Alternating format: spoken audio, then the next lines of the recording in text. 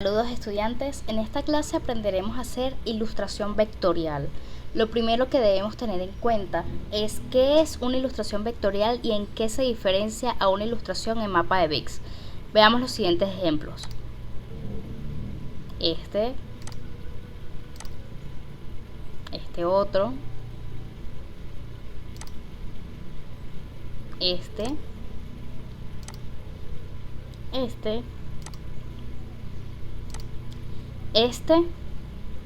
o incluso este. Como verán, en realidad cada ilustrador tiene su propio estilo y además tienen ideas muy distintas entre sí. Pero hay algo que hace que todas estas ilustraciones tengan algo en común, y eso es el uso de los colores planos.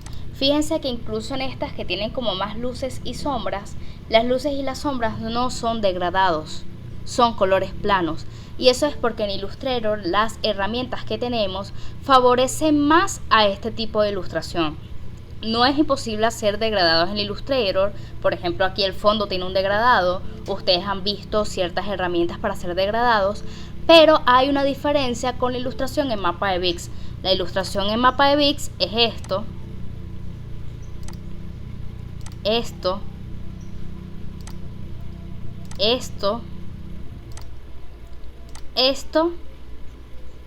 o incluso esto.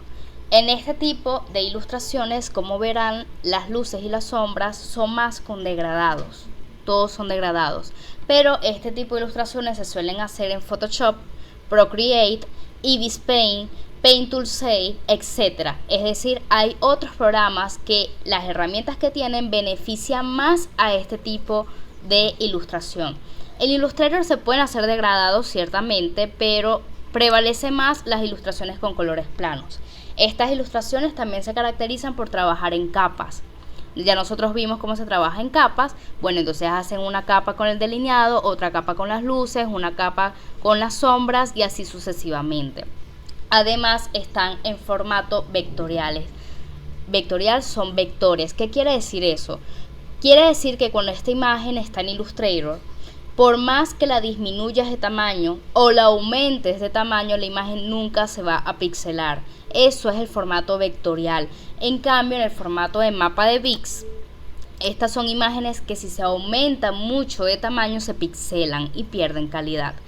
Bien, con esto en cuenta, entonces vamos a hacer una ilustración vectorial. Utilizaré esta ilustración de ejemplo. Bien, ¿por dónde vamos a empezar?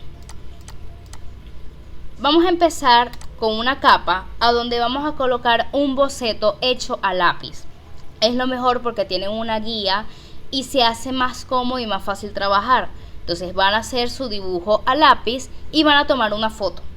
Luego esa foto la mandan a su computadora, la guardan en documentos y la arrastran de documentos hasta acá. La van a colocar en una capa. Una vez que la tengan en una capa, van a buscar aquí el panel de capas. Recuerden que es arriba, ventana, eligen capas y va a aparecer esta ventana. En esta ventana van a ubicar la capa en la que están trabajando y se van a dar cuenta que hay un icono de un ojo y al lado del icono del ojo hay un espacio vacío. Vamos a darle clic al espacio vacío y va a aparecer un candado. Ese candado significa que la capa está bloqueada. Yo ahora no puedo hacer nada con la capa, no la puedo modificar, no puedo hacer nada con ella.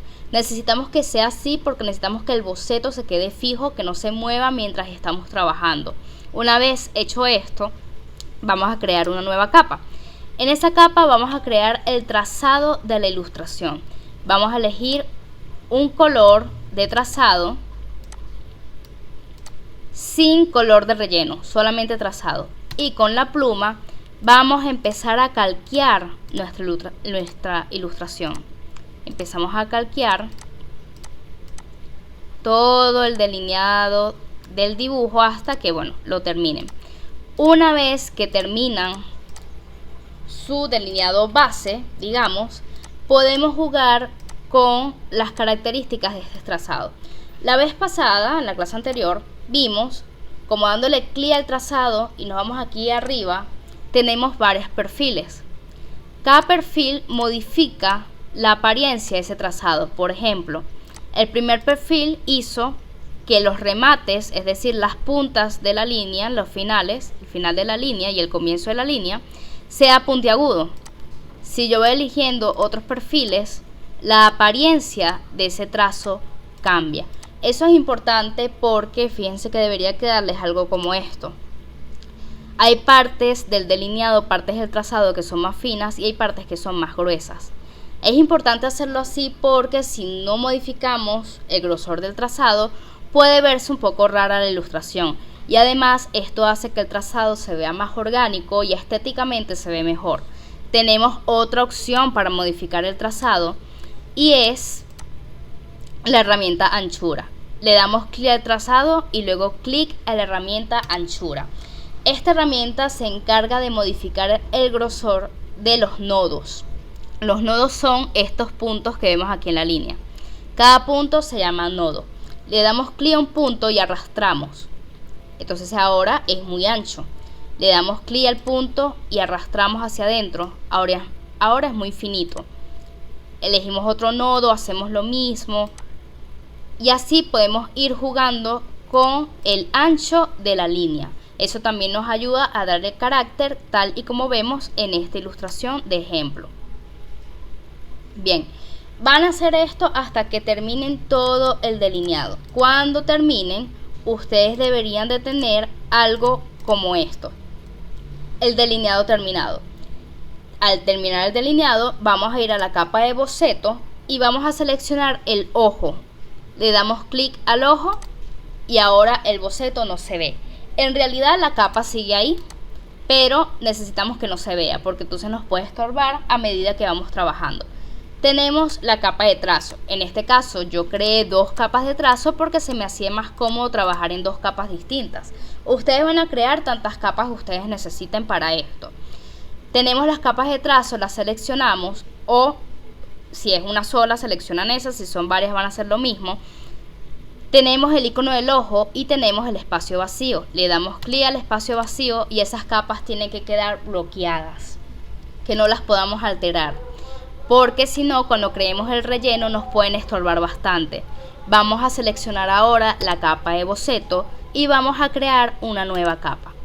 En esa nueva capa crearemos el relleno. Ahora necesitamos tener un color de relleno sin color de trazo. Ahora es al revés. Seleccionamos el color de relleno. En este caso va a seleccionar el tono de la piel. Y con la pluma empezamos a rellenar nuestra ilustración. Empezamos a rellenar siguiendo las líneas de nuestro boceto original.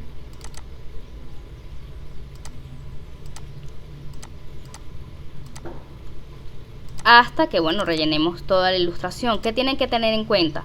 Como la ilustración va a tener luces y sombras, es recomendable que el color base lo hagan en una capa. Luego creen otra capa y en esa otra capa crean las sombras o las luces. Trabajen lo que es el color base, las luces y las sombras por separado, en capas separadas. De esa manera van a tener mayor comodidad.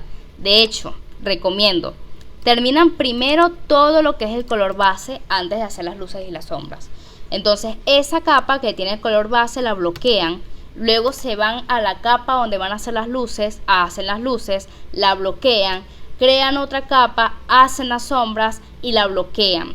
Porque si no bloquean las capas, vamos a suponer que yo estoy trabajando con las luces, la capa de la piel, la base no está bloqueada y yo estoy creando las sombras.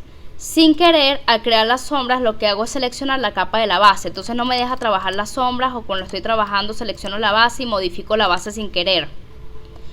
Entonces, para evitar que eso pase, bloqueen a medida que vayan trabajando y así se evitan esa situación.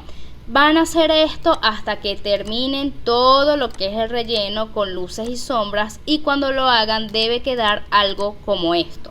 Pueden crear tantas capas de relleno como necesiten. Cuando tengan por fin su ilustración ya terminada, le van a crear un fondo. Entonces crearían una capa, esa capa tendría que estar de última. Y cuando tengan esa capa de última, debajo del trazo, debajo del relleno, ahí crean su fondo. En este caso, cree este. Bien, ahí terminarían su ilustración. Deberían tener entonces todas sus capas trazo, relleno y fondo, y también la de boceto, solo que la de boceto no se ve porque desactivamos aquí que se visualice. Bien, el boceto no se debe ver. Cuando terminan su ilustración, lo que van a hacer es exportar como, la van a guardar como JPG o PNG. En el nombre del archivo van a colocar su nombre, su apellido, su carrera, su sesión. Van a activar la opción usar mesas de trabajo y van a exportar. Ese sería el archivo que enviarían al aula virtual. ¿De qué depende esta evaluación? Enteramente de la creatividad que ustedes tengan, enteramente de que hagan un buen uso de las capas, que tengan luces, que tengan sombras y en teoría la estética que al final tenga la ilustración.